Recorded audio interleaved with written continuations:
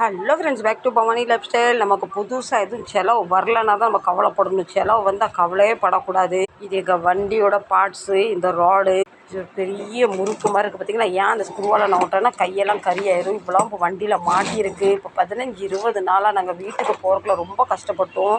ஒரே கடை சவுண்ட் வரும், இந்த செயின் எத்துரும். கடை சவுண்ட் வரும், செயின் எத்துரும். ஃபைனலாக இன்றைக்கி போய் மாட்டிகிட்டு வந்தேன். பைக் ஓட்டுறவங்களுக்கு எல்லாருக்கும் தெரியும், பைக்கு மேலே இந்த ரோடு இருக்கும் பார்த்திங்கன்னா. இந்த வழியாக இதில் வந்து ஃபுல்லாக கிராச் மாதிரி ஆகிட்டு மொத்தம் 8700 செலவாயிட்டு. ஒன்று வண்டி நான் கட்டாது என்னென்ன புதுசு போட்டிருக்குன்னு. இவர் இந்த கடையில் விட்டு வந்துட்டார். நான் தான் எடுத்துகிட்டு வாங்க, நம்ம ஆக்கர்லேயே அது போடலாம். 8700 போனாலும் 50 ரூபா வரட்டும் நான் தூக்கிட்டு சொன்னேன். பயங்கர ஹெவி, பயங்கர ஸ்ட்ராங்காக இருக்குது. Original steel. யார் மண்டையில் போட்டோன்னா அந்த இடத்துல க்ளோஸ் ஆயிரும். அந்த அளவு வெயிட்டாக இருக்குது பாருங்க. இந்த ரெண்டில் இது ஒன்று தான் இப்போ புது ரோடு போட்டிருக்கு. பின்ன இன்ஜின் வேலை செஞ்சுருக்கு. இந்த முறுக்கு மாதிரி செயின் இதில் போட்டிருக்கு. வண்டியை சுற்றி தர இவ்வளோ பின்னாடி சுற்றி ஒரு 6-7 மாதத்துக்கு வண்டியில் பெருசாக செலவு வந்துடுது. என்ன